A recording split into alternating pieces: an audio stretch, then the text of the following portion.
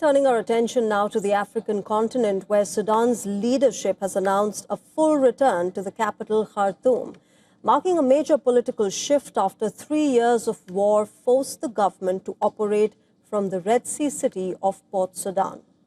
Prime Minister Kamil Idris confirmed that state institutions will soon resume work in the capital, which the government abandoned in 2023 when intense fighting broke out between the Sudanese armed forces and the Rapid Support Forces.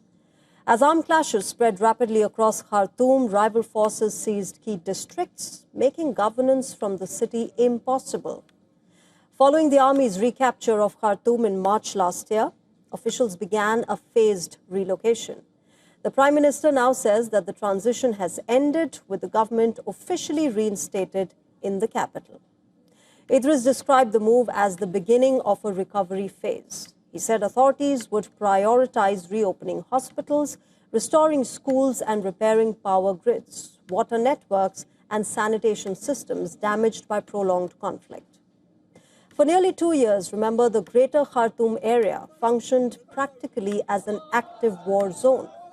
Heavy shelling, street battles, and sieges shattered residential areas and forced mass displacement.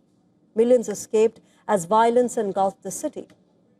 The United Nations reports that more than 1 million residents returned to Khartoum over recent months. Many encountered a city hollowed out by war, with ruined homes, unreliable services, and neighborhoods where mass burials were reportedly carried out during the fighting.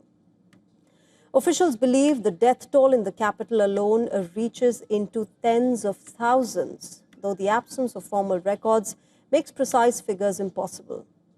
The UN estimates that rebuilding Khartoum's essential infrastructure will require at least $350 million. The government has already convened limited cabinet sessions in the capital and begun early reconstruction projects.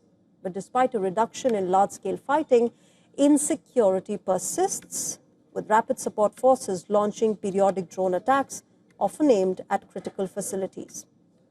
The government forces also continue to focus on the vital city of Darfur, currently under the control of the RSF.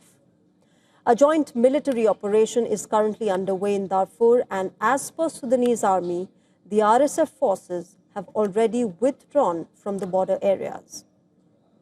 The Sudanese Prime Minister, remember, has also declared 2026 a year of peace for Sudan. The conflict, which marked 1,000 days last Friday, has claimed at least 150,000 lives nationwide and displaced nearly 12 million people. The United Nations continues to classify Sudan's crisis as the most severe humanitarian emergency in the world.